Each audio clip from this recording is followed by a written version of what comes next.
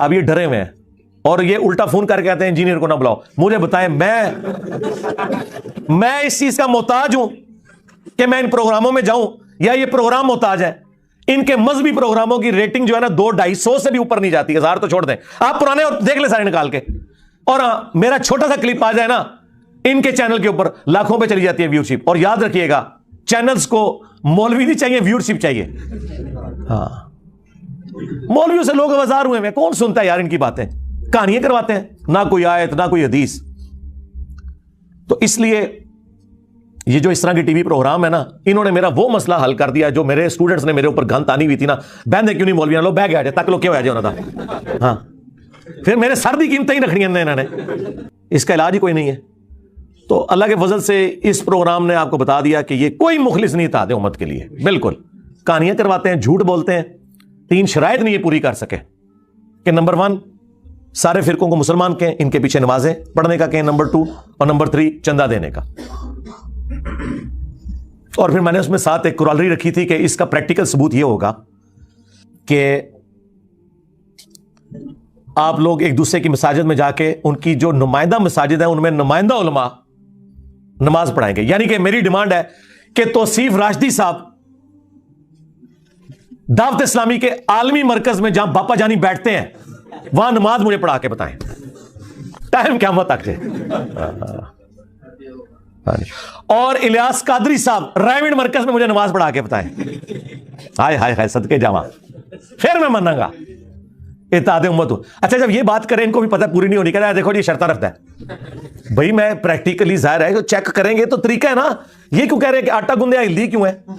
ہاں ٹیسٹر اسی طریقے سے لگے گا جو طریقہ ہے, کیونکہ آپ کے جو ٹیسٹر ہیں نا ان میں مولویوں کی 2 نمبریاں نہیں پکڑی جاتی. یہ پکڑنے کا طریقہ مجھے آتا ہے.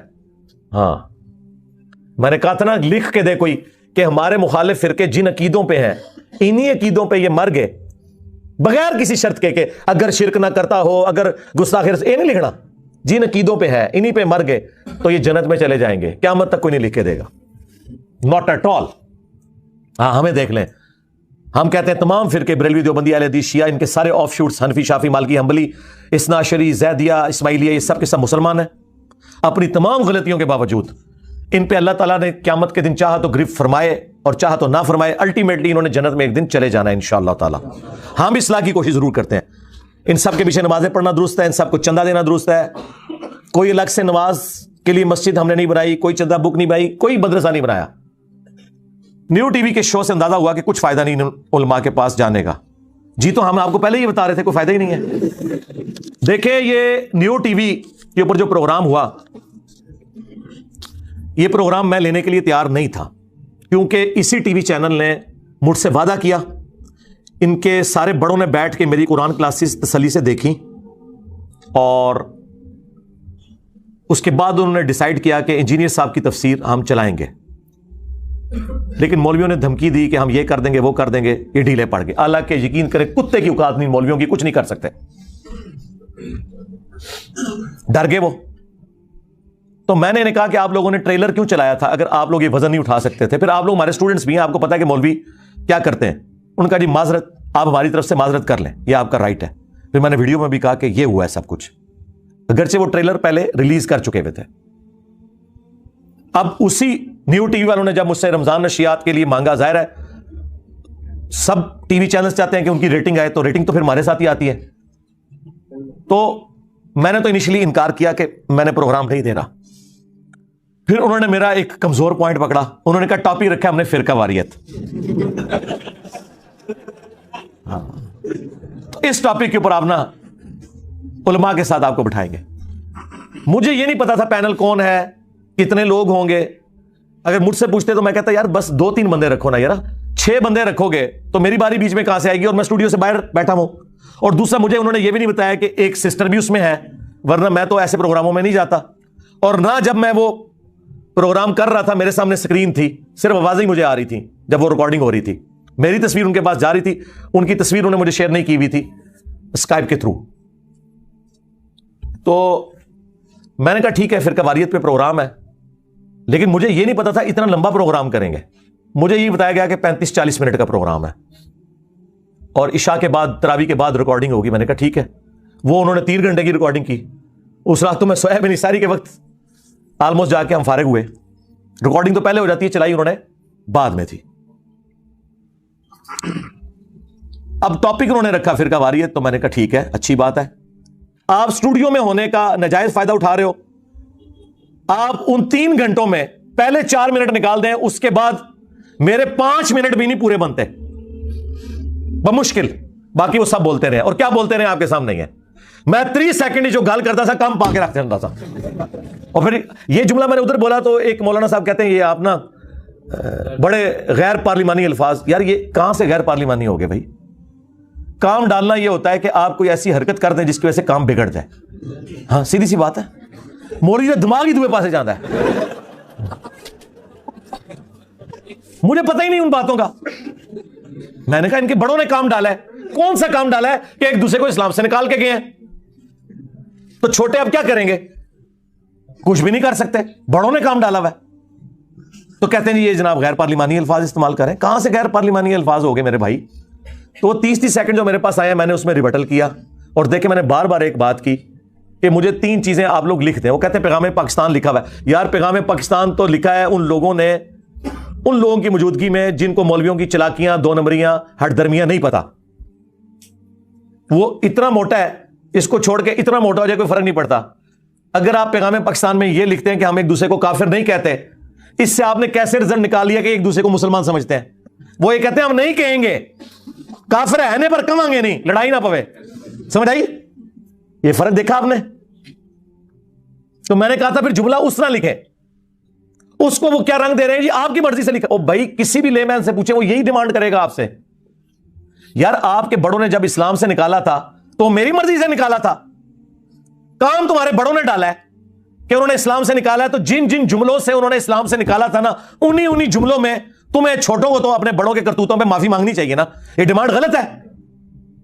اگر البریلویہ کتاب میں احسان اللہ ظہیر نے احمد بریلوی صاحب کو یہ لکھا کہ یہ سنیت کی آڑ میں رافضی عقائد پھیلا رہا تھا اور کفری عقیدہ منسوب کیا کہ وہی جو مستوی عرش تھا خدا ہو کر زمین پر اتر پڑا مصطفیٰ ہو کر, تو اس کفر سے جب تم لوگ توبہ کرواؤ گے تو کہو گے نا کہ ہمارے بابے نے کفر کا فتویٰ غلط لگایا تھا, تو ہم رجوع کرتے ہیں. کہتے نہیں ان کو چھوڑے آگے چلے. آگے کہاں سے چلے؟ اگر احمد بریلوی صاحب نے کہا کہ احکام شریعت میں کہ دیوبندی, اہل حدیث, شیعہ اور قادیانی کافروں کو ساتھ ذکر کر کے کہا کہ یہ 1,00,000 دفعہ بھی اللہ کا نام لیں ذبیحہ حرام رہے گا, یہ مرتد ہے, واجب القتل ہے, کافر ہے. البتہ یہود و نصارہ کا ذبیحہ حلال ہے, یہود و نصارہ کو یہ بڑا لاڈ کرتے ہیں. تو یہ اعلیٰ حضرت نے جب لکھا ہے تو بریلویوں کا کام ہے نا کہ اس کو الٹ کر کے پیغام پاکستان میں لکھیں. یہ ڈیمانڈ میری غلط ہے؟ خود بتائیں. اگر المحند میں انہوں نے احمد بریلوی کو دیوبندیوں نے لکھا کہ یہ شیطانی لشکر ہے, جس طرح انبیاء پہ شیاطین حملہ آور ہوتے تھے, ظاہر کافر شیاطین ہوتے تھے, یہ ہم پہ حملہ آور ہوئے ہیں, کہ ہم ان کو شیطانی لشکر نہیں مانتے, ہم مسلمان سمجھتے ہیں. یہ ڈیمانڈ غلط ہے. اگر اہل حدیث کو المحند میں لکھا ہے دیوبندیوں نے یہ خوارج کی جماعت ہے, تو آپ کہیں نا کہ ہم انہیں مسلمانوں کی جماعت مانتے ہیں. یہ ڈیمانڈ غلط ہے.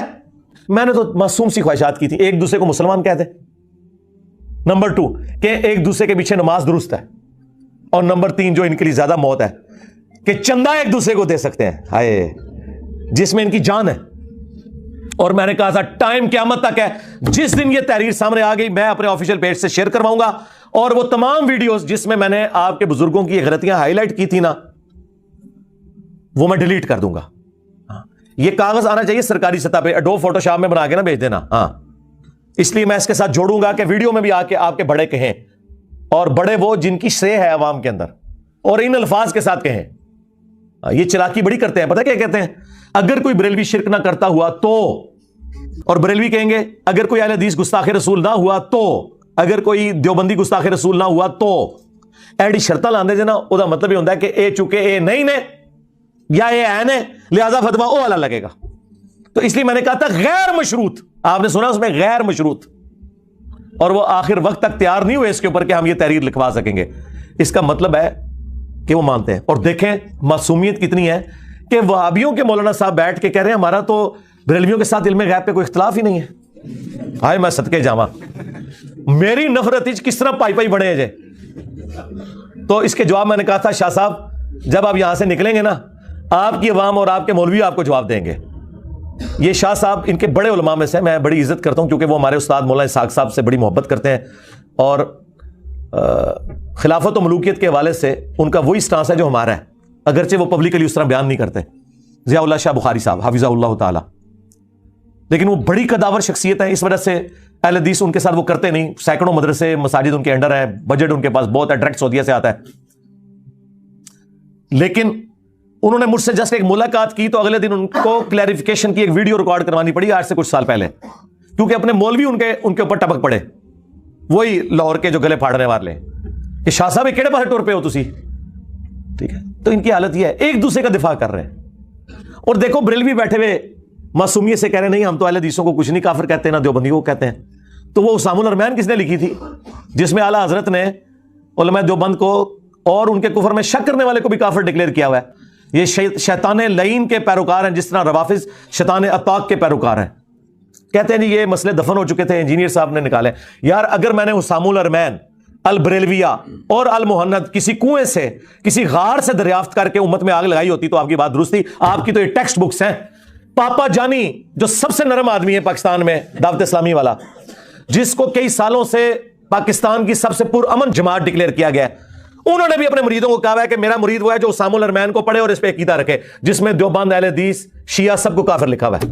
بہرحال وہ جو تھوڑی سی میری گفتگو ہے اس سے کم از کم وہ جو میں کہتا تھا نا گرم تولیہ ان کے منہ پہ پھیرا جائے، وہ اللہ کے فضل سے جو میں نے پھیرا وہ نقاب ان کا اتر گیا آپ لوگوں کے سامنے، اور اب یہ بالکل پرچی آپ نے ٹھیک بھیجی مجھے، اور واللہ اگر آپ یہ پرچی نہ بھیجتے میں نے بولنا بھی نہیں تھا، ورنہ تو سب سے بڑا کرنٹ افیئر تو یہ تھا آج کہ پچھلے ہفتے ہی میری یہ ریکارڈنگ ہوئی ہے، میں نے اسے ویل لیفٹ کیا، میں نے کہا ٹھیک ہے وہ عوام خود فیصلہ کرے گی کہ میں نے کیا اس میں بیان کیا اور ان کے ساتھ کیا ہوئی، تو اس ٹاپک کی وجہ سے میں ایگری کیا تھا اللہ کے فضل سے۔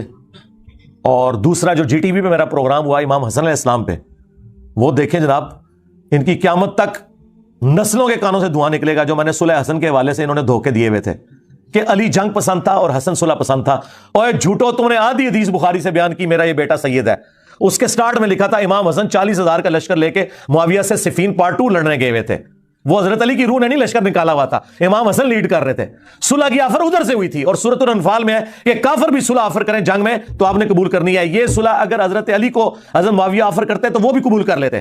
ہائے ہائے ہائے ہائے، دھوئیں نکل رہے ہیں ان کے کانوں سے، کلیریفیکیشن دیتے پھر رہے ہیں، اور دیکھیں میں بول رہا ہوں تو وہ سارے اپنی اپنی حدیثیں تلاش کر رہے ہیں، پھر بھی حدیث کو نہیں لبھی انہوں نے، موبائل کھول کے بیٹھے تھے، اور تیاری کر کے آیا کرو، ٹھیک ہے، تو اڈا میں شوق پورا کرتا ہے، سارے فرقے بیٹھے سنجے ہوتے، بریلوی بھی، اہل حدیث بھی، دیوبندی بھی، اور وڈے مولوی تک، کیا انہوں نے کیا حالت ہوئی ہے، کسی نے کوئی آیت حدیث بیان کی تھی، کوئی ایک ریفرنس دیتا ہوئے، کہانیاں میں نے کس طرح 2+2=4 جتنا مجھے ٹائم ملا میں نے ایک ایک چیز کھول کے بیان کر دی ہے، کچھ بھی نہیں چھوڑا، یہ پروگرام ان کی علمی موت ہے، اور میں نے ان کے پروڈیوسر سے وعدہ لیا تھا یہ پروگرام بغیر کٹنگ کے چلانا ہے، اگرچہ انہوں نے ایک جگہ تھوڑی سی کٹنگ کی ہے، بہرحال میجورٹی پورشن ہمارا پہنچ گیا اللہ کے فضل سے۔ ہوں تسی نہ لو صلح حسن دا، پہلے تو کربلا تو انہوں ہانٹ کر دی سی، اور صلح حسن ہانٹ کرے گی انشاءاللہ تعالی، کیونکہ میں نے بتایا پھر حسن کے قتل کے بینیفیشری کون ہے، سب کچھ پول کھول دیا، اور یہ بھی پول کھول دیا کہ کبھی بھی اہل بیت کی عظمت بیان نہیں کر سکتے۔ دیکھیں ان سے بات اہل بیت کی ہو رہی ہے،